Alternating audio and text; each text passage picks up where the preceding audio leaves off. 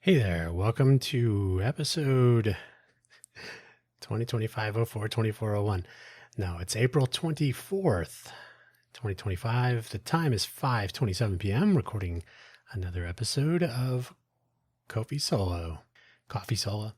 Solo as in a single shot of espresso if you want to go that way, or one person creating audio content if you want to go that way, or pick your own direction if you like. Today I chose the title first, but I have created no notes, so I will not be making too many explicit references. I haven't pre-researched. But today's episode, First Time Watching, is a commentary on reaction videos to movies. So videos created usually on YouTube, reactions to movies. The summary of the episode, which I did write ahead of time. I have come to enjoy watching movie reaction videos on YouTube. I watch the excerpts, not the full watch-alongs monetized via Patreon. And I have noticed some things, so just some general comments. I have talked about this before, and I actually did a kind of a deep dive on 12 Angry Men, which we'll talk about in a moment. But do recall that I have the links in the link section on this Ko-fi post on ko-fi.com/danhugo/posts, wherever you found this audio program. So I have links to my other buymeacoffee.com/danhugo profile. And it too has a posts section for the Buy Me an Update weekly 5-minute or less episode published on Mondays. And we'll see what else I stick in there for links, but probably my other audio programs, which are available on the buymeacoffee.com/danhugo profile page. Okay, enough of that. The watch-along videos, first time reaction videos, first time watching. It must be the first time watching. And as so often the case, most of the people that do these will start off by saying, I don't know anything about this, which seems to be true, but they want to make it clear, drink of water. They want to make it clear that they've never seen this video before. So you're getting their first time reaction. And most will not even do research on when the movie was produced, when it was released.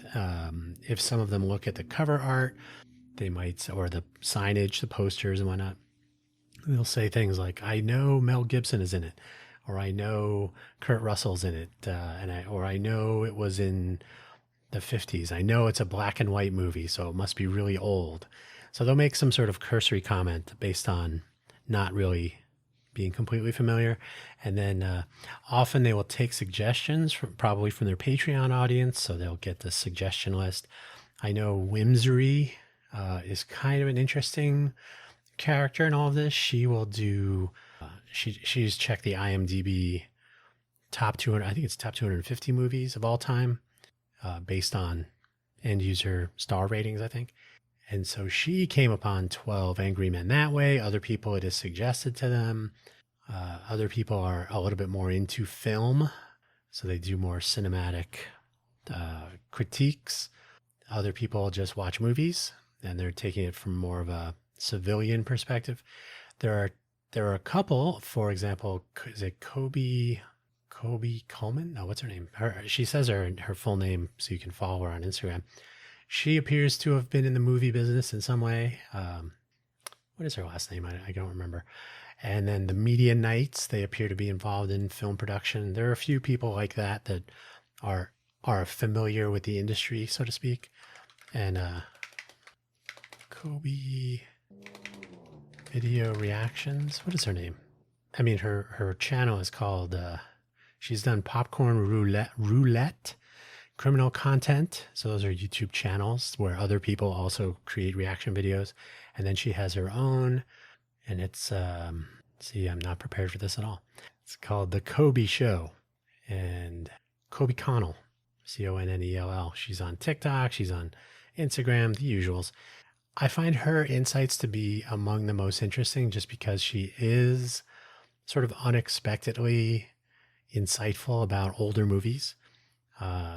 I think she might be slightly older than she looks, but then you got the Media Knights who try to make some comments here and there about some of the technical aspects. They'll often suggest, they will say, ooh, I love the sound design, but they won't go into great detail about the sound design. So it's like, okay, sort of interesting. Then you got the like Patrick H. Willem, who doesn't do movie reaction so much as reviews.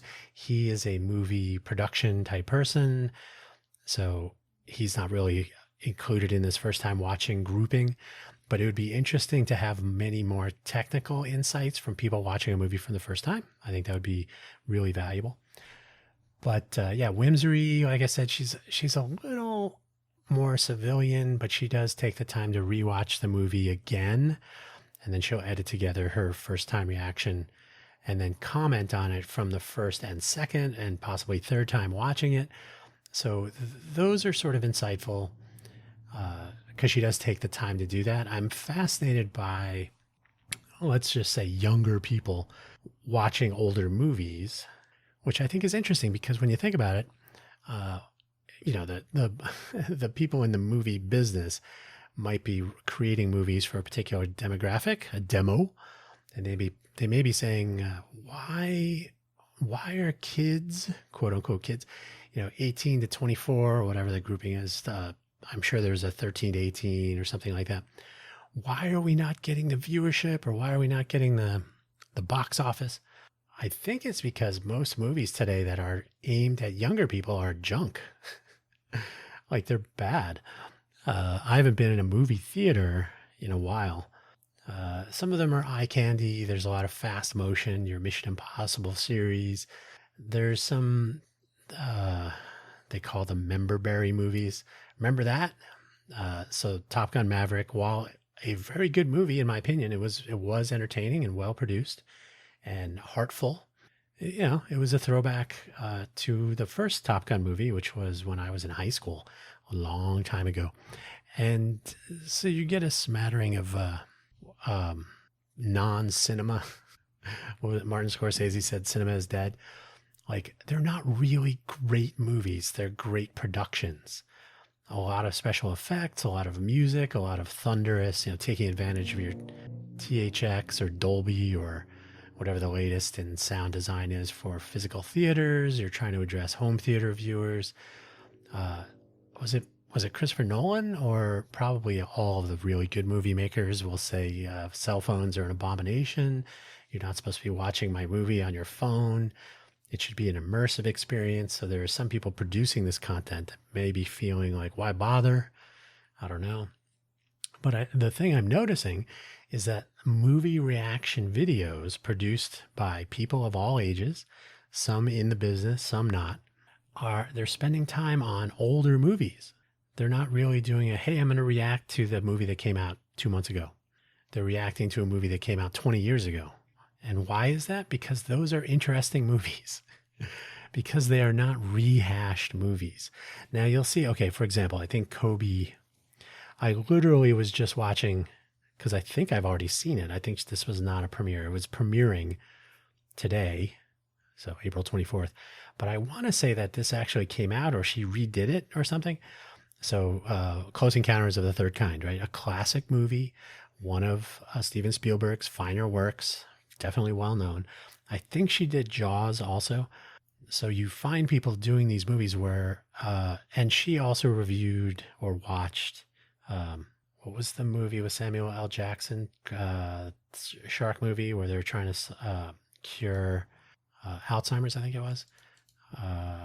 Shark movie, Samuel L. Jackson was Deep Blue Sea. I think she watched that one also.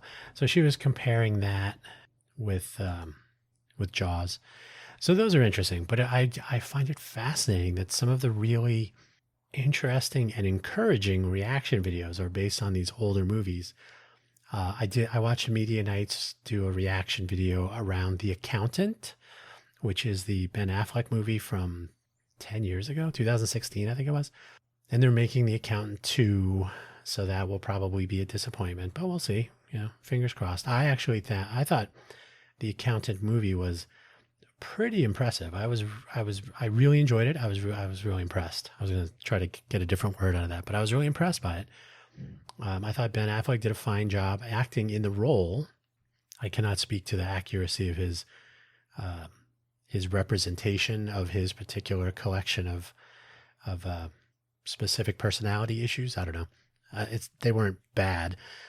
In fact, the point of the movie was that the father character wanted to make sure that he was not mistreated or felt weird or out of place. So he tried to implant in him a sense of self and the ability to defend himself and all kinds of other things. He is the title role, so he's got a head for accounting.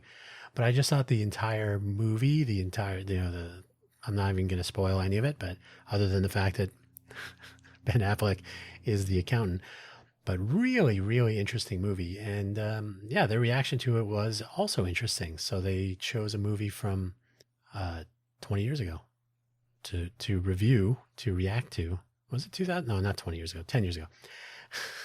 Other movies are 20 years ago. Jaws came out in, okay, first of all, The Accountant, just so I get that right. The Accountant was from 2016. The Accountant 2 sometime this year. Yeah, we'll see how that goes. Jaws from 1975. So that is a 50-year-old film. And so, yeah, if you're picking movies from 10 to 50 years ago or more, 12 Angry Men, which I'm going to get to in a second. 12 Angry Men from 1957. Now, unfortunately, there was a remake in 1997, which is arguably not quite as good, but is also arguably absolutely worth watching. But unfortunately, all the reaction videos I've seen, and I did take the time to proactively watch 12, I think it was, a dozen. I guess, I don't know where I got that number from. And then I've watched a few more recently. And so if you've never seen 12 Angry Men, I'm also not going to spoil that. But if you can ever see both the 1957 version and the 1997 version, I will simply say that people might say, the remake is in color. It's not as good. It has Tony Danza. You may feel one way or the other. I thought he did fine in it, but the Jack Lemmon is in it. So people will say, oh, it's the angry old men guy or things like this. But the take home first of all, George C. Scott is probably arguably the best part of the 1997 remake. Does a really, really good job of playing the angry guy. So I don't want to give too much away. James Gandolfini is in it. So who else might you know? Hume Cronin. Oh, Edward James Olmos. That's right. He was in. So, but Jack Lemmon playing the main guy, the juror number 7 or 8, the one who basically starts off the premise of the movie once they go into the jury room. There are a couple of interesting things which I'm not going to spoil, but if you do see, I don't remember the beginning of the 1987 remake. They may have changed this up a little bit, but in the 1957 movie, so Henry Fonda plays juror number 8. Okay, juror number 8 is the one who starts the discussion, and Lee J. Cobb plays juror number 3. He's the angry guy, so that would be Jack Lemmon and George C. Scott in the 1997 remake. But and Ed Begley plays I'll just say juror number 10. Ed Begley, Ed Begley Jr. fame. So his father, famously an actor. So Ed Begley also in it, and Jack Klugman plays a really interesting character. Yeah. So anyway, 12 Angry Men, the beginning of the movie, the very after they, before they go into the jury room. And by the way, I will point out almost no one guesses ahead of time that this is a movie about a jury. So they don't connect the number of jurors on a typical jury. Juries don't have to be 12 people. They typically are. There are some alternates. So somebody did comment and oh, it's actually 15 Angry Men. And then the other one is, were women not allowed on juries back then? And so there actually are some interesting questions that people will start off with right out of the gate. But I never hear them comment on something that's fairly obvious. I think 2 of the people I've watched do reaction videos, and maybe a third more recently, noticed something at the beginning of the movie. So I'll just leave it there if you do choose to watch it. But there's something very interesting that kind of sets the tone. But just a really interesting character interaction movie. The 1957 production was purposely kept in a very small, constrained space to make it feel cramped and a little bit uncomfortable. A lot of tight shots, especially on Joseph Sweeney, which some people have made a special note of. Like, ooh, they get right in on him, and his facial expression is part of his character. And so the whole thing, totally interesting. So you have young people of various ages watching this movie. They're reacting to it during, and a lot of like, especially the 1957 version, the cultural norms being what they were, and not everybody is, do you want to say politically correct, I suppose. The 1997 one was a little bit more toned down and some of that stuff, but basically, and I will comment, and so this is not about the reviewers or the first time watchers, but about the movie itself. When they say, "Oh, why is it only women or only men? Why aren't there any women? Or women not allowed in juries?" I think this is just my observation, and it's just take it as it is. I think having 12 male personalities in a room in this circumstance is a particular version of how this discussion would play out. I think if there was one woman, I think if there was 6 women, I think if it was 12 women, those would be different presentations, and they would actually be, I think they would be totally worth making. But I think the part of the premise being 12 angry men, they're angry at different points. It's not 12 angry people all at the same time storming into a room. But I think that is a part of the dynamic, is having these 12 men there. Just my opinion, but I definitely think it would be interesting to see, take a stab at how believable. I mean, anybody can write a movie, right? Anybody in quotes. But I think it would be interesting to see how that would play out if you inject different cultural norms as far as when, there's a lady present. That would have been a big concern in 1957. I think in 1997, it would have been a different level of interaction, or a different factor in the way they behaved, the way they conversed, the way they yelled at each other, and so on. So I just think it would have changed the dynamic a little bit to have a mixture like that of characters, and I think it would have varied by time. So I think it would be interesting, but I think having 12 Angry Men is a part of the reason the movie is what it is. So, but the big take home for me personally is you watch people watching this movie, they go into it.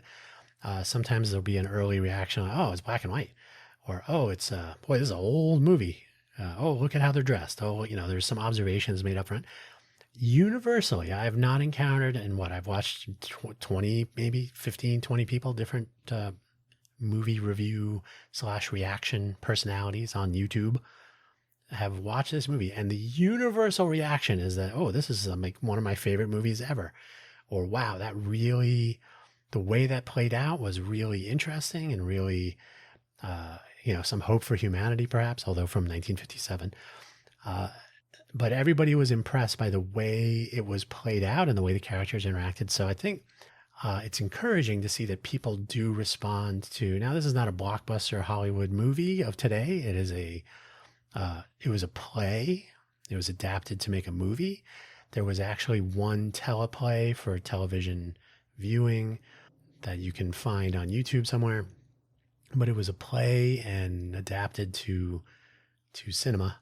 And this was a really interesting production. So it's really based on character and dialogue and interaction, the cinematography, the tight shots, the cramped set, the sweating, the temperature of the set, the fan, the bathroom, the fact that it's all one room except for the bathroom, so that they have a moment where they do a little side conversation here and there. A couple of really good quips in the 57 version.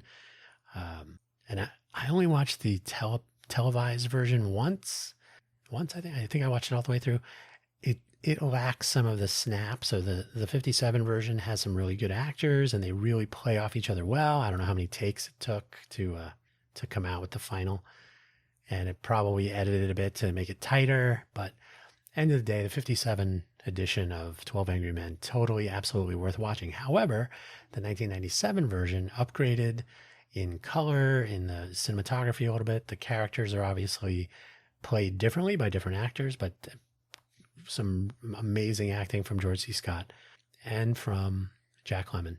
But George C. Scott, really, if you're a George C. Scott fan at all, you should definitely take it in. But the take home, again, people who watch movie reactions are watching older who produce movie reaction videos are watching older movies. And I find this interesting because they're watching older good movies. I don't know if they would watch a bad movie and react to it and then comment thusly. Basically, they're taking suggestions from people, or in the case of Whimsery, probably others, they're taking the IMDb list of top movies and let's see what the list is. 250 top movies, imdb.com/chart/top. So number 1, Shawshank Redemption. Number 2, The Godfather, the original one. 3, The Dark Knight. 4, The Godfather Part 2. Number 5, 12 Angry Men. So I don't know if that's moved down, or I thought it was higher than that, but that's okay. Those are all good movies ahead of it. The Lord of the Rings is number 6. 7 is Schindler's List. Number 8, Pulp Fiction. Number 9, Lord of the Rings, The Fellowship of the Ring. Did I say number 6 was Lord of the Rings, The Return of the King? Fellowship of the Ring, number 9. Number 10, The Good, the Bad, and the Ugly, which is an interesting movie. These are all totally different, well, except for the sequel movies. These are all individually very unusual or different movies from each other. The Forrest Gump, number 11. The Lord of the Rings, Two Towers is number 12. So all 3 of them are in the top 12. Fight Club at number 13. Inception, number 14. So it's a variety of different kinds of movies, and they're from different times and different genres. What's number 25? City of God. Saving Private Ryan, number 24. Seven Samurai, number 23. That's from 1954. So yeah, full range. It's a Wonderful Life, number 21, 1946. So a nice smattering of movies. But what I'm finding, so in the top 10, let's say top 10. So 94, 72, 2008, 74, 57, 2003, 93, 94, 2001, 66, 94, 2002, 99, 2010. So Inception. Star Wars that's number 15. Star Wars Episode 5, The Empire Strikes Back. Arguably the best, constructed and produced of the original trilogy. The Matrix of 99. You're not seeing anything from the more current time. Now, they do base it on star ratings and so on. So it might take time to catch up. And who knows if people are still using IMDb to rate movies. So the age of the people taking the time to click on the stars and maybe shifting up. But I do find it interesting that it's older movies that are ranking here. I wonder what's at the bottom. Strangely, they have a back to top button in the user interface on the website, and they do not have a go to bottom. Jump to bottom. So let me scroll down there. So number 250, Drisham, I don't know what that is, from 2015. Rebecca, number 249 from 1940. So, okay, there's some old movies on there. But the take home though, like I said, and YouTube's algorithm, of course, once I click on a reaction video, I'm going to get a stream of them for as long as I want. And they're always people responding or reacting to movies from 10 plus years ago. And like I said, a lot of people, and I don't know if I've never compared it, in time, but there does seem to be clustering around certain movies, probably because they're suggestion driven and people look at the IMDb list, or they look at other, they see what other people are reviewing and reacting to and so on. 25 people have done 12 Angry Men. You should do 12 Angry Men. So there you go. So it's sort of self-reinforcing. But I do find it completely and totally fascinating that they are looking back in time like that. And I find the reactions are interesting and insightful. But the really interesting thing is they're not then saying, oh, I got to check out the sequel, the remake. And the 12 Angry Men is a nice example of that, just because it's a literal remake. It's not a sequel. It's not a reboot. It is a remake in 1997 of the 1957 movie. Minor adaptations to modernity, but it is the same movie. So you can see that people are not biting at that one. They're not saying, oh, I want to now compare that to the current one. So I find that interesting, because you could do the same anytime there's a reboot, a remake, let's remake Batman again. Let's remake this. Let's remake that. So yeah, Hollywood coming up with original storylines appears to be a challenge. They're going for safe bets like, oh, we already did this, let's do it again, and not be surprised when it doesn't do as well. But from these reaction videos, like I said, I'm really seeing some interest by younger people in older movies, which are good. They're well done.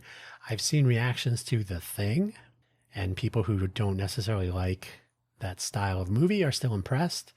A lot of people are impressed with how well the practical effects hold up over time. Obviously, people are interested in the Alien series of movies, which are, the first two are certainly well done. I don't know if I've seen a Back to the Future review. Those three movies together are pretty well done. Of course, what's his name? Mulaney. What's his first name? What's his first name? Writer for Saturday Night Live. Totally spacing on his name. Mulaney. John Mulaney. How could I forget John? John Mulaney has this bit where he's like, is it just me, or is it a little weird that the Michael J. Fox character goes back in time, his mom hits on him, the guy who tried to sexually assault her now works for them in the modern day. His dad punches him out, but before that he was bullied. Like, how does this guy figure into their lives? And and why is what's his name? Michael J. Fox's character is Marty. Why is Marty's best friend the old guy, the failed scientist? Like, how did they get to be friends? And then you go into some of the deeper details, like, wait, how did he know about this stuff? And did he go back in time a couple times? And did Marty die a couple times? There's all kinds of deeper dives you can do. So that's kind of interesting when a movie becomes kind of a cult fan favorite. But the reaction videos to these older movies do not come into play for newer ones because I think they're just not interesting. And I think I would have to wonder if the people that are doing that math are not doing the math well. If I were going to produce a movie, I would be consuming reaction videos and the reactions to those reaction videos, how much people appreciate the insights and the comments. Like, you know what? If you make a really good, intricate movie, like The Accountant, for example, a more modern take, 2016 to now, it's 9 years. So that's pretty recent. It's a nuanced movie. There's a little twist or two. There's some aha. There's like, oh, wow, how that plays out and how that was connected to this. And then the next thing, like a well thought out movie. If you look at something like Tenet, that's a very complex movie, not so easily accessible. I think the reaction videos to that would often be, wait, what's going on here? So that one maybe is too many sittings. You can't really consume it in one shot, do one reaction from beginning to end. But if you take a movie like another one of my favorites, a Jessica Chastain movie, Miss Sloane, a little politics, a little lobbying for gun safety legislation, a little twist at the end. Also, I really enjoyed that movie. It was well thought out. If you watch a movie like Primer, maybe also too complicated or complex, even like Tenet. So any time travel movies, unless they really smack you in the face with their time travel rules and whatnot, but if there's any subtlety or twist, time travel is a tricky one to watch in one sitting and go, oh, okay, I get it. But I do think these reaction videos are worth study. I don't know. But if I was going to produce a movie, yeah, I would be looking at this stuff and saying, you know what? It's not just 2 or 3, it's all of them. All reaction videos. It doesn't matter the demographic of the person, the cultural background, the age, the professional background, the familiarity with film production versus not. That doesn't really seem to play a role. They are really interested in reacting to. Now, the question is, are they reacting for the sake of the audience? And the audience tends to be a little bit, maybe they're looking back fondly at the movies of old. Like, I don't like the modern movie crap out there is junk. I'd rather watch the good old days, the reminiscing, the member berry movies, right? Show me a reaction to Star Trek 2, not to the new time, the Kelvin timeline. Who cares about that? The robot, what's the JJ crap. So some people are very passionately against modernity when it comes to some of their favorite movies and the reboots and all that. And I can see where they're coming from. But So is it a question of people, the audience of people doing movie reactions are preferring older movies, and so they're playing into that for the sake of monetization? Or do they actually find more content to react to, more meat on the bone, if you like? Are they seeing, watching, are they watching something that's more reactable, not the same old thing? It's not overwhelmed by loud music and special effects. I mean, you can certainly say, "Ooh, look at that effect." It's like watching a reaction video of somebody on a roller coaster. Like, oh yeah, oh now they're going up. Oh, they're screaming. Okay, down, up, and then the ride's over. But if you can actually, like a movie reaction to Memento might be interesting to watch. The confusion, since that is also a movie playing with the way events are occurring and being remembered.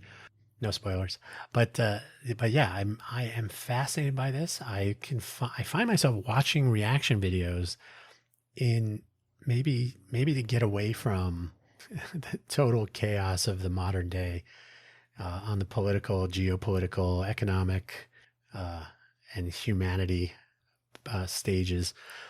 But yeah, I find they're fascinating. Like I said, I'm encouraged by some of the reactions that people are actually seeing the quality.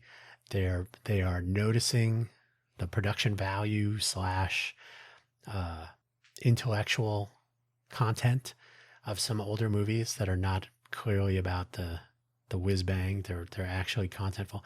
I will suggest as well, no one will ever react to it aside from the 1997 remake of 12 Angry Men. One of my favorite movies with Philip Seymour Hoffman, the late Philip Seymour Hoffman, was Owning Mahoney, which is a movie based on real life in Canada, which a guy last name Maloney defrauded the Bank of Canada, the Central Bank of Canada or something. And just really well acted by Philip Seymour Hoffman and Minnie Driver. It plays his girlfriend. Did I get that right? Minnie Driver, right? And yeah. So I don't know why instantly I was like, wait, am I picturing the wrong person? Yeah, Minnie Driver plays his girlfriend. He's just a really interesting character to watch, the way the movie plays out. John Hurt plays a great villainous casino manager. So yeah, just really, really well done. That's the kind of movie I would like to see people reacting to. Maybe some old weird movies. One of my favorite bizarre movies is Murder by Death, which is basically a parody of crime fighting characters of the day. So try to find that movie if you can. I think it's kind of a fun movie. It's a little goofy. Got a fun ending, but I would like to see a reaction to that. That's not quite cinema so much as a parody movie. But yeah, so I'm just wanted to lay down a comment here, experiment a little bit. I didn't prepare any of my commentary other than the summary, which I read to you. So there was no outline. I'm not sure how much time I should spend looking stuff up. I guess it's kind of interesting. You're going to hear my keyboard. You're going to hear me pausing to look for things. But yeah, so we'll see. I'm trying to get into the habit of posting more, spur of the moment, which is the point of the Ko-fi solo program, is to get into the groove of whatever's up, not planning ahead. So there you go. You can hear my voice isn't even cooperating so well today. I did record an episode of FFS Talk prior to this. So about an hour ago, I was finished with that. And that was about 30 minutes of talking, 35. So that probably didn't help too much. I'm really gotta solve the mystery of my scratchy voice. Sometimes it's nice, sometimes not. So we'll see what happens. Anyway, thank you for listening to this episode. And the experiment with Ko-fi Solo continues. Take care. Till next time.